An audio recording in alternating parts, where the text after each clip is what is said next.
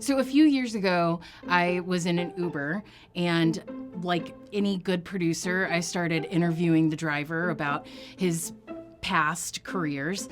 And he was a previous firefighter in the city, and he was telling me all about the different fires that they went on. He said there was one reporter who would park outside of the firehouse every day and just wait for the trucks to go out and follow them to the fire to be the first one there to cover whatever was going on. Her name was Ruth Ezell.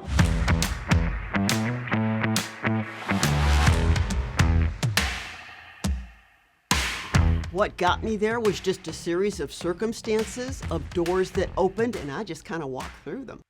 My very first job in media was in the sales department as a sales assistant at WJR Radio in Detroit. There's a lot to discover on 76 WJR. The news director heard my voice reading this script for the sales department, and he needed somebody just to rip wire copy and another term most people don't know, but to assist the reporters in the newsroom.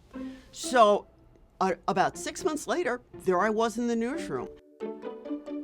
It's not unusual for Ruth Ezell, a named living legend by the Greater St. Louis Association of Black Journalists, to downplay her achievements. Those opportunities she was given, those doors she walked through, only existed because she kicked them open. To me, I learned the best way to write news is from people that really know how to do it well. And I would, just out of mere curiosity, take scripts home that reporters would write. And I learned how stories were crafted, and it just kind of all made sense to me. Ezell managed to get herself a field producing position at WJR, but knowing she wanted to be a reporter, she created a reel and kept asking the right questions, like a seasoned reporter would. When I would go out and talk to other reporters on the scene of a news conference or whatever, I would jokingly say, "Hey, you got any openings over there?"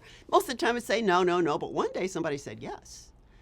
48 hours later, I get a call, I come in, I do an interview, voila, I am a radio reporter. Oh, Ruth, I don't even know where to begin. I just want to take a moment to give my deepest gratitude for everything you've ever done here at 9.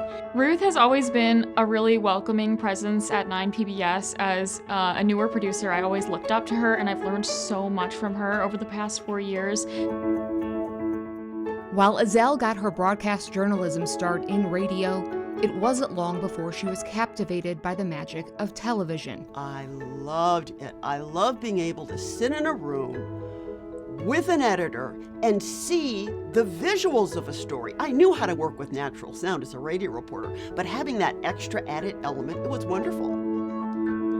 Ezell moved around the Midwest from Detroit to Chicago, WBBM-TV, Chicago, to Cincinnati, where she turned her television producing job into a television reporting job, stepping out from behind the camera. And yet another door opened. And somebody who became a really good friend in Cincinnati knew Tom Brokaw really well. And she had mentioned me to him. And so he was always keeping his eye out open for what was available in the NBC nationwide community.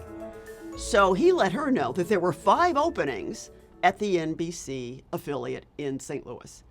And she said, "What do you think?" And here I was, hoping that I could go from Cincinnati, like back to Detroit or back to Chicago. And I finally relented. For weeks, I just was not interested.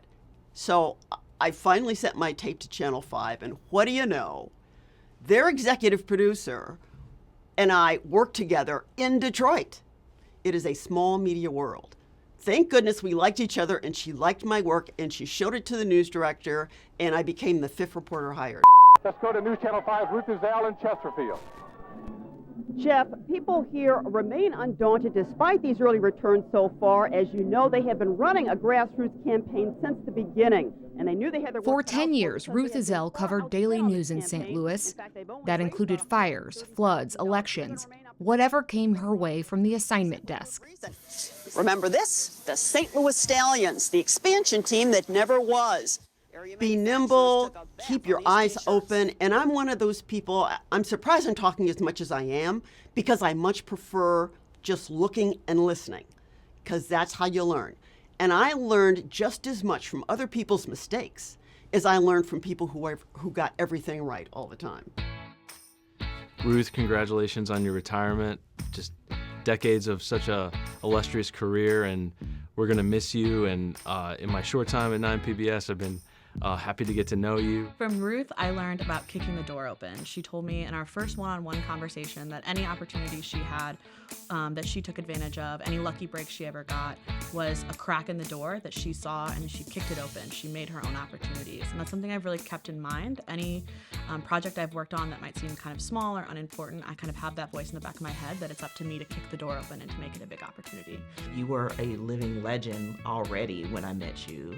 I didn't think too much of it until I got to know you and know more about your history and see the storytelling excellence you have. And seeing that in action over the years has been overly inspiring for me as well as everyone in the community. In 2003, Ruth Ezell was recruited by KETC Channel 9 to join a new show, Living St. Louis, that was launching early the following year. It felt like another door had opened, but this one was to a candy store. And I got to eat all the candy I wanted and possibly make myself sick at the process. Brother Mel's work is in public spaces across the St. Louis area. This is one of them, the Danforth Chapel at Barnes Jewish Hospital. I remember those days, those early days, you and me and Jim and Patrick. And I mean, there were months there where we were seeing each other 7 days a week because we had so much to grind out.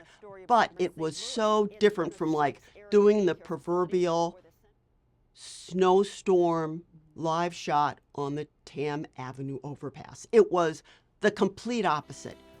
We were finding all these interesting stories that commercial TV basically doesn't have time for.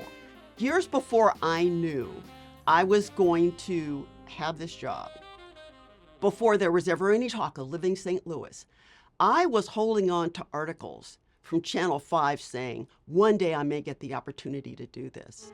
And we were able to put together stories that would run 5 minutes or longer. As a reporter, you're lucky if you have 1 minute and 15 seconds to tell a story. We've taken as long as 10 minutes, maybe longer, to tell a story right. And all I have to say is the energy. I think the energy that we bring when we put our shows together now, I mean, it's on a whole new level. What do you want your legacy to be? I was waiting for that obit bite request. If there was going to be something written on my gravestone, whatever it is, I want to leave the world better than I found it. That's it. That's it.